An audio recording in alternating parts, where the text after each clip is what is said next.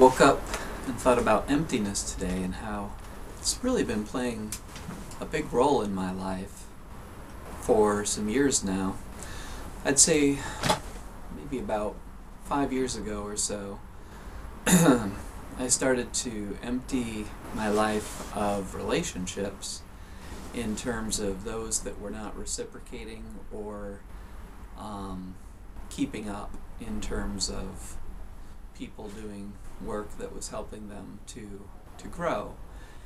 And in terms of reciprocating, I mean, I've always been quite good at being there for people in my life, and if people were not able to be there for me, I've started to realize that if I'm not helping someone grow and they're not helping me grow, then that is hard to perpetuate a relationship on.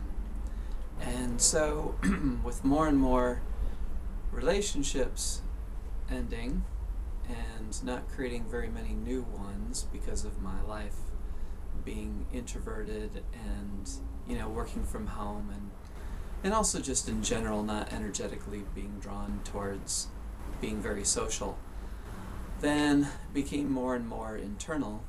And then I noticed my energy was shifting towards my home, and how I had a lot of stuff that had accumulated, like stuff that was in closets and stuffed under my stairs, and I didn't use any of it anymore. And so I started to either throw things out, recycle them, sell them, give them away, and just get things out of my home that were creating clutter.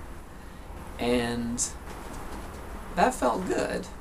I think that the home is a metaphor for the mind. Where we live is an external projection of what's inward, and so when we have harmony with our inner and outer states, I think that creates more peace. That's what I've found anyways. And lately I considered getting a new computer because my current one was full. Its hard drive didn't have very much space. But then I found myself starting to empty things, songs that I no longer listened to that were taking up a lot of space, images I no longer looked at, needed, and different graphics from websites that I've created that I no longer used, bit by bit going through and eliminating things. And now my computer's running well. It has enough space to run quickly. It seems like when the hard drive's too full, things slow down. And the computer is obviously a metaphor for one's mind as well. And all of these different forms of emptying, I think, are ultimately about emptying the mind of content and losing content, having less interactions with people, having less stuff, having less content on my computer. All of these different things go against both biological and cultural I would say messages that either come from your biological instinct or from society about what it is that builds you up and makes you whole. It's lots of people, lots of content, lots of things. But this can also create clutter that gets you away from your direct connection with your higher self, with your divine self. And so on a certain level, my ego says all this emptying is like death. That's what the ego fears, is its own death. So it gets us to try to feel as though we're dying. But in reality, I'm moving into more healthiness and more health, even though I have less content, because the clutter and the confusion and the noise can get us away from peace. And I believe it's the peace that keeps us healthy, and the calm and serenity that keeps us functioning well. But we can't buy into our ego's message about acquisition, because if we believe in that, then we believe that the process of emptying is the process of dying, which just isn't true. It's the ego's death.